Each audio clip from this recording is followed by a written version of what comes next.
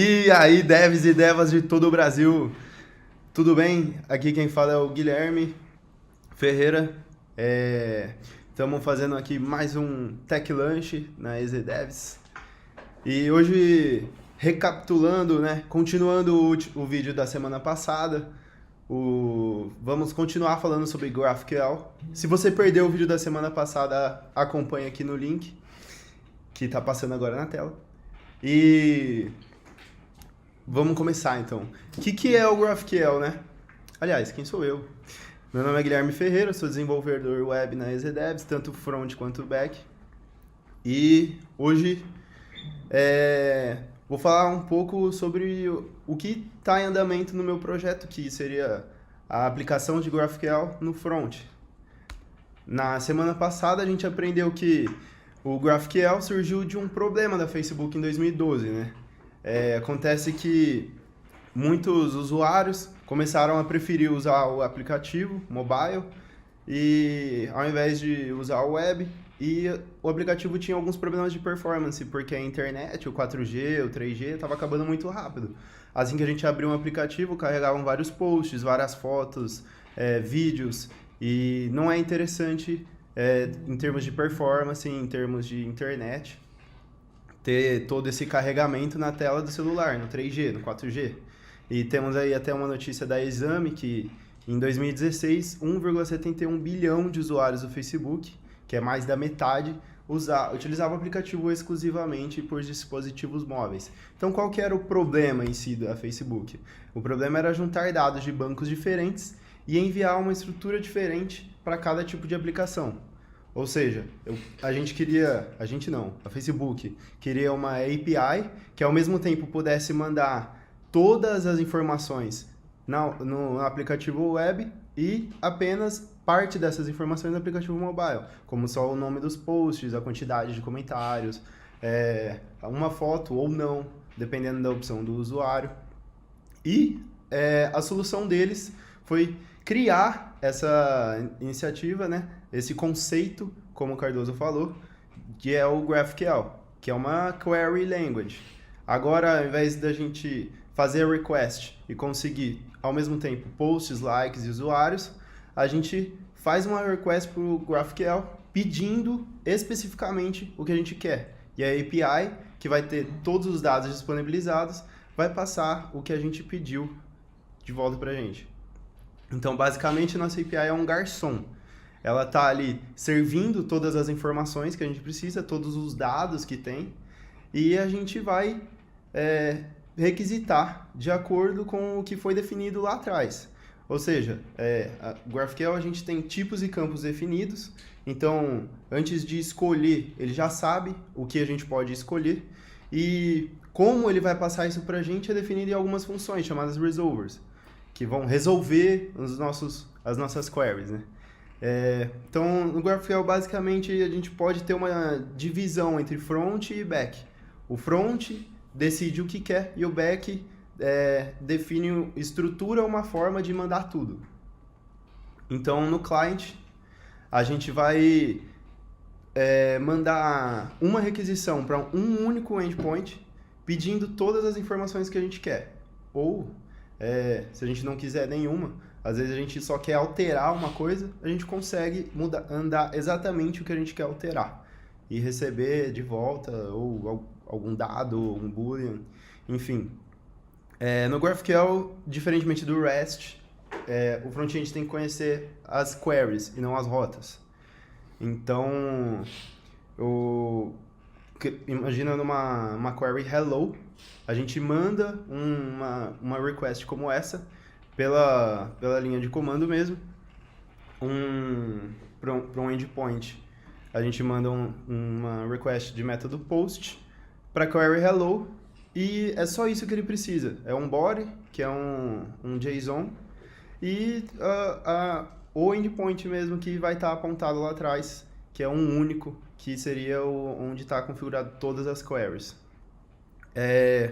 A PayPal adaptou sua API, evoluiu sua API, segundo eles, a partir do momento que eles se depararam com o seguinte problema. Aí está Mark Stewart, engenheiro-chefe e líder da estrutura de front-end da PayPal. E ele conta em um artigo do seu blog sobre como foi essa discussão, né? A PayPal se reuniu no final do ano de 2018, se eu não me engano, ou fim do ano de 2017, início do ano de 2018, e começou a pensar o que está travando a gente e o que está aí disponível que podem resolver nossos problemas. Foi quando eles se chegaram à conclusão que o que travava eles era justamente encontrar uma forma de pedir o que eles estavam querendo, e o front travava no back, e o back travava no front, e isso gerava alguns problemas de desenvolvimento para eles, enquanto eles podiam estar perdendo mais tempo pensando na UI, né, na interface. E a solução para eles foi dividir completamente seus times. Eles se reuniam, definiam quais queries eles precisavam mandar, as mais gerais possíveis, para que eles pudessem pegar só algumas informações. E isso impulsionou extremamente a performance do PayPal. E hoje ele a sua API é inteiramente construída usando os esquemas de GraphQL. Segundo Mark Stewart, as vantagens de ter usado o GraphQL são em questões de performance, porque você recebe só os dados que você pediu. Então você não tem problemas de tratar os dados que vieram e tratar como eles serão mostrados. A flexibilidade que se tem também do cliente definir o tamanho e o formato dos dados, né? Eu posso pedir uma request só o nome de um usuário, ou eu posso pedir em uma mesma request, na mesma query, um objeto enorme com muitos dados desse usuário, e dentro dos dados desse usuário, os dados dos posts desse usuário, dentro dos posts desse usuário, os comentários desse post. No caso do PayPal, as transações do usuário deles. E produtividade do desenvolvedor, porque o caminho de aprendizado para o GraphQL é curto. Você aprende JSON, você aprende GraphQL. Porque, como eu mostrei anteriormente, eu não preciso criar uma estrutura no front-end para conseguir mandar essas requisições. Eu simplesmente tenho que mandar no body a query em JSON. E é uma evolução direcionada, ou seja, para eles crescerem, eles precisam... eles criam novas interfaces. Essas novas interfaces precisam de certos tipos de dados. Então, eles sabem quais dados eles estão precisando. A evolução é direcionada. Eles vão criar queries para resolver os dados que eles precisam pegar no front. Como que a gente implementa, então? Basicamente, como eu falei o tempo todo, qualquer linguagem com ou sem uso de frameworks. Eu só preciso do endpoint, onde está definido minha API de GraphQL, a query ou a mutation escrita. Ou seja, se eu não souber a query, eu não tenho como pedir os meus dados. Isso eu posso escrever tanto em JavaScript, como está no nosso exemplo aqui. Esse exemplo está na própria documentação do GraphQL.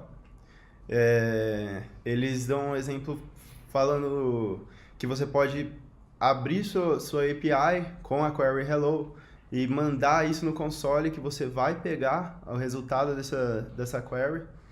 E isso gera algumas preocupações, que eu vou passar mais adiante. Mas como que eu passo parâmetros também? Por que passar parâmetros, né? Eu quero pegar eu quero rolar um dado. E eu preciso dar informações desse dado, né? E receber o número dele de volta, né? Por exemplo, esse dado, ele é um dado comum, um dado de 6 lados, é um dado de 12 lados. Enfim, quantos dados eu estou rolando? E se eu tivesse que fazer uma alteração no back, se eu tivesse que alterar os dados de um usuário, como que eu mando esses usuários para lá? Com as queries e as mutations definidas lá no back, a gente só tem que especificar elas no front pro body já passar exatamente o tipo dela e o esquema que ela foi criado, porque já nessa passagem existe uma validação na hora que chega no back, que é o próprio GraphQL já faz, né? Se eu mandei uma variável, por exemplo, aí eu tenho o número de dados, que é um inteiro. Se eu mandei ela já errada, se eu mandei já com string, ele já me trava antes dessa query chegar a bater na API. E isso já... Se eu, por exemplo, também, se eu não mandar uma query que tem um ponto de exclamação, uma variável que tem um ponto de exclamação definida na query. Ponto de exclamação significa a obrigatoriedade daquela variável. Aí, antes de mandar também, ele já me avisa e já mostra esse erro, dependendo da forma como eu tratar ele, mas ele é já passado como um erro de GraphQL. Parece tão livre, né? Tão fácil de mexer, mas pode gerar alguns problemas.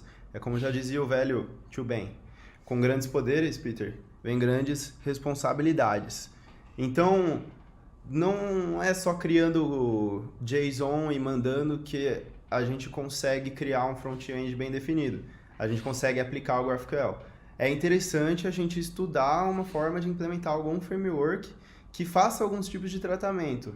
Por exemplo, quanto tempo esse resolver lá no back vai demorar para fazer para puxar as informações do banco, para salvar as informações, para passá-las para mim e eu selecionar. Aliás, para ele selecionar e passar para mim. Eu não sei. Eu mandando só um JSON, eu vou ficar esperando eternamente até que essa query volte. O framework lida com todos esses problemas, porque, vou mostrar mais para frente no fluxo de programa deles, ele consegue fazer uma análise dos dados, um cache dos dados, e isso já é interessante no sentido de se a query já deu errado alguma vez, ou se a query já deu certo alguma vez, eu não preciso continuar mandando ela para a API. E identificação e manipulação de erros, que são spamados na hora pelo framework, porque ele já identifica antes da minha API identificar também. Caso algum erro não tenha sido notado no front, mas o resolver vai acabar jogando ele para mim. O framework vai agilizar alguns processos e vai me indicar coisas que só a request não vai conseguir resolver para mim. Por exemplo, o loading da função do resolver lá atrás. Um dos exemplos, claro, temos 3 exemplos aqui. O Relay, que é o próprio framework da própria Facebook. Ela criou o GraphQL e criou o framework e usa ele até hoje para fazer essas requests, né? O Apollo, que é uma solução open source, e o Vulkan, que é para React, um framework escrito justamente para fazer um front-end em React e se comunicar com o GraphQL a partir do Vulkan. O Apollo Client, ele é escrito na função mesmo que você enviaria uma request para algum endpoint na sua aplicação REST. Ele consegue criar a query e você escreve a query em JSON mesmo, dentro de query igual a getDogs aí. Ele está passando por parâmetro a query dele, que ele chama de getDogs, e logo em seguida ela é tratada em loading, error e data, né? Que o loading ele vai sendo atualizado constantemente até o dado ser tratado no resolver e depois ele me joga ou um erro, ou os dados, ou os dois às vezes, porque é possível que alguns dados consigam ser passados, entretanto alguns estejam barrados lá na API. Por quê? Porque eu consigo colocar queries dentro de queries e consigo combinar alguns objetos, tanto no front quanto no back, para vir numa request só, o que facilita muito a nossa vida. Se a gente tiver muita coisa na página, essas coisas talvez estejam interligadas, mas eu tenho que mandar 1 milhão de requests para conseguir um objeto, ou vários objetos no caso, e alimentar minha página ou minha aplicação. o fluxo de trabalho do Relay tá aqui, mas é muito parecido tanto do Apollo quanto do Vulkan, que o Vulkan é meio que como se fosse um filho do Apollo. Os componentes passam uma query e, teoricamente, essa query está batendo direto lá no server, mas, na verdade, ela está parando num store do Relay e nela o store já pega e já fala, ó, tá carregando, né? Manda meu loading. Aí ele, ao mesmo tempo, é mandado para o servidor e assim que o servidor trata no resolver, ele avisa meu store de novo e fala, ó, parei de carregar, tá aqui, tenho erros, tenho dados. E o fluxo basicamente funciona assim. É possível que tenha alguns problemas de performance, vou falar mais adiante, caso tenha queries e dentro de queries, dentro de queries, dentro de queries, um objeto gigante. Por exemplo, se eu quiser carregar um comentário, que tem um comentário, que tem um comentário. No Facebook não existe isso, mas poderia muito bem existir. E é possível pedir direto isso dentro do GraphQL. E isso travaria justamente nesse workflow. Porque o store carrega e ele vai pegando alguns dados, né, enquanto ele carrega. Porque alguns já chegaram, enquanto outros resolvers estão funcionando lá dentro para mandar uma mesma query. Como que a gente aplica o GraphQL hoje num dos aplicativos da EasyDevs? A gente usa o GraphQL Tag, que é justamente para não parecer que a gente está usando nenhum tipo de framework, né? O Apollo está funcionando por trás aqui, dentro desse GraphQL Client, que é uma instância do Apollo Client, no caso. E pra gente parece só uma função que a gente criou passando uma string dentro de GQL. Pode reparar que eu abro um acento para trás lá. E estou passando aí uma mutation. E nessa mutation estou passando por parâmetro um input de algum membro do meu time.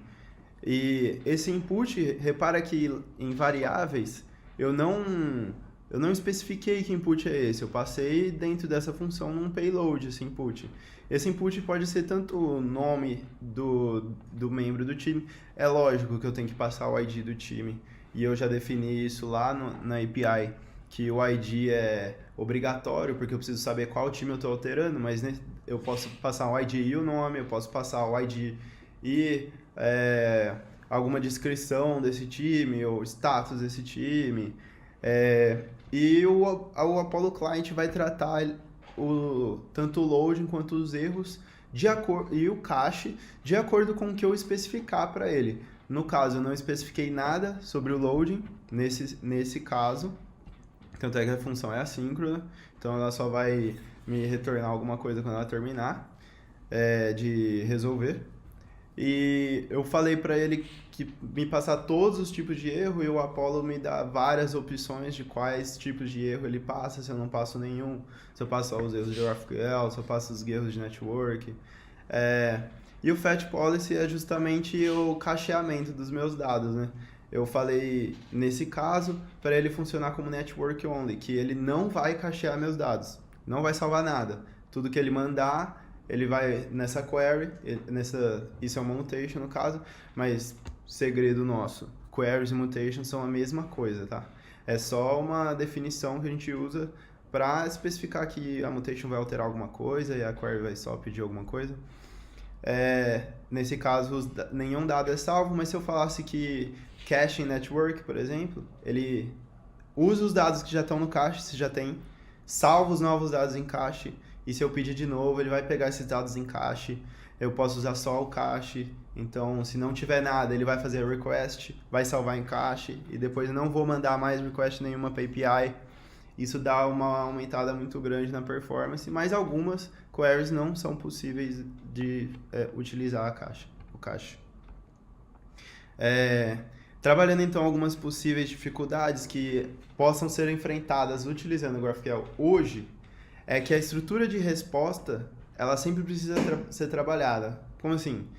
Eu defini lá no back minha query e lá no back tem um objeto definido, com todas as propriedades dele ou objetos que também estão dentro dele. E quando isso chega no front, eu não consigo simplesmente pegar o nome e o nome do post, e isso já vem em variáveis nome do post, comentários do post, usuários que comentaram esse post. Eles, na verdade, já vêm estruturados assim como eu estruturei a query, ou seja, é um nome, dentro desse nome tem um objeto post, e dentro desse objeto post tem um objeto comentários, e essa estrutura ela sempre precisa ser adaptada no front para que eu possa ler todos esses dados. E na hora de mandar também, o objeto que eu mandar, ele tem que sempre estar na estrutura que foi definida lá no back. No caso, a gente prefere fazer essas estruturas de input, por exemplo, quando a gente vai atualizar alguma coisa, quando a gente vai criar alguma coisa, porque essas estruturas a gente pode só mandar um objeto que a gente definiu lá atrás, que vai ser aquele objeto. Mas nesse caso, a nossa mutation acaba sendo menos geral, né? Então a gente não pode usar ela em muitos lugares, ela acaba sendo como se fosse só um endpoint do REST. Caixa nível de rede. Então, a caixa nível de rede seria no REST, por exemplo, cada endpoint que eu mando uma requisição, ele salva na própria request HTTP uma memória cache lá, né? E como eu estou usando um endpoint só, no caso do GraphQL, isso ainda não é possível ser trabalhado. Mas é possível meio que driblar isso, né? Tanto utilizando os caches dos frameworks, quanto mandando...